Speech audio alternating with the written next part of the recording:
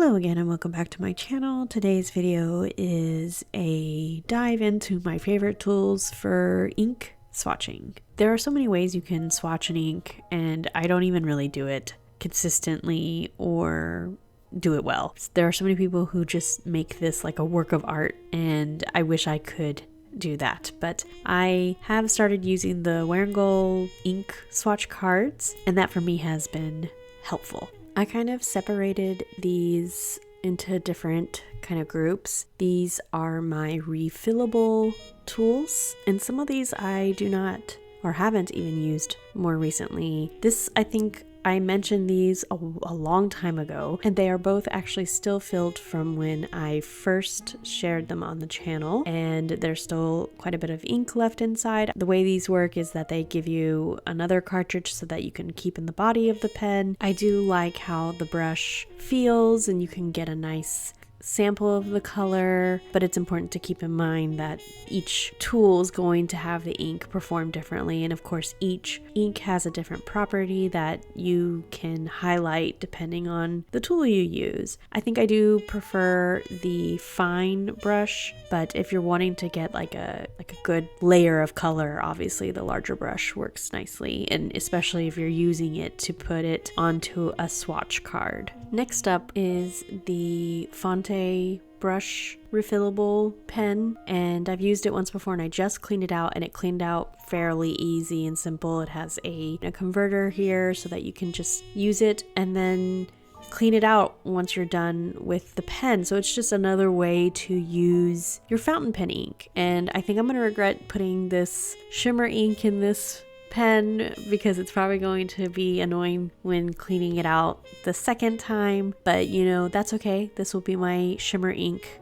tester, and I might get a few more just so that I have it on hand. I mean, I love how this brush works with applying it. Like I said, to this swatch card, you get a nice layer and shading, and I mean, I'm a huge fan of shading inks, and I just love these ink swatch cards. They're just so nice. The next one is a water brush by Faber-Castell. I haven't tried it yet. It is a syringe body brush, and I figured I would fill it with water so that it would be, you know, nice when cleaning it out, because this is for sampling, so I don't think it makes sense to fill it with the actual ink, but then it's not as consistent when laying down the ink. So that is the drawback. And I didn't wet the brush prior to filling it with water. I didn't want to dilute the ink either. So this is the ink. Water brushes are primarily used with watercolor and maybe a few other mediums, but I do think the brush is nice. Like it does still give me a nice sample of the fountain pen. It did turn the bristles blue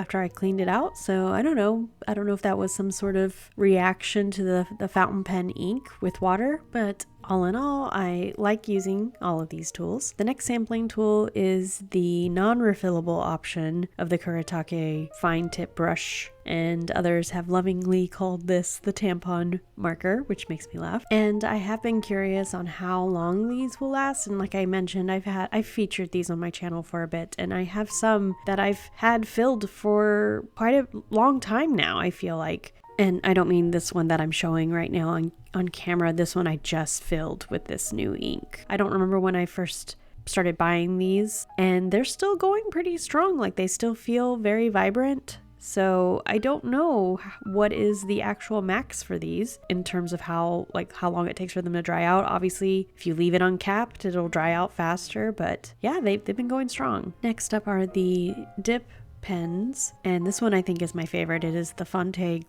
glass nib, and I think this one's my favorite one out of these types of tools. I just think it does a really good job of giving you how this ink will perform in a pen, and that's what I want to be able to test and see. This one holds a lot of ink too, so it can sometimes feel like you're writing with a pen because it holds so much ink, and then it gives you a closer feel to this being and how the ink is going to look in a pen. But I do have this Pilot dip pen, which also performs nicely, even though I prefer a broader nib when journaling. When I'm testing out an ink, it's nice to be able to have different options and different tools to see how the ink may perform in different ways. And it helps just kind of gauging that ink, I guess. I'm not going to pretend like I really know a lot about inks. I just know what I like. Next up is the Kakimori nib, which I really want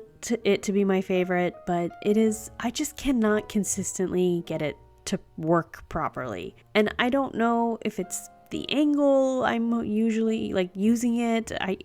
This nib holds a lot of ink, so I don't know why I cannot get it to be more consistent. And it is supposed to be able to write longer and in different widths. I do want to point out the new nib holder from Kakimori that Drumgulls recently had arrive in shop, and Matt did buy it for me for Christmas, and we are really terrible at giving or waiting for Christmas to give each other presents, so which is why I have it now. But it is a green color nib holder, and it does, like, maybe it's just a better size for me, but I still just cannot get this nib to work more consistently. And when it does work, it works great. I just don't know what the trick is, but I'm gonna keep trying to use it and perfect whatever skill I have to develop in order to get it to work the way I want it to work. And I just love this new nib holder. It can be really fun to use. And the last two ones I want to mention are the Sailor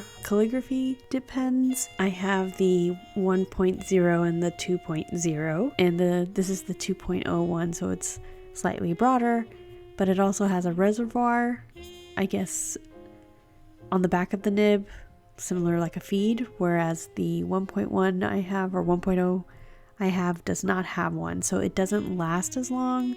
And I thought when I first used it, it performed better than this, but I don't know, maybe it's the ink. Maybe the ink that I'm using this time isn't the best. But I don't think it matters what tools you use when sampling your ink. Do what works best for you. I love being able to add different tools and figure out what works best for me too. Well, that's all I really wanted to share with you today. I hope you enjoyed this video, and I will catch you in the next one.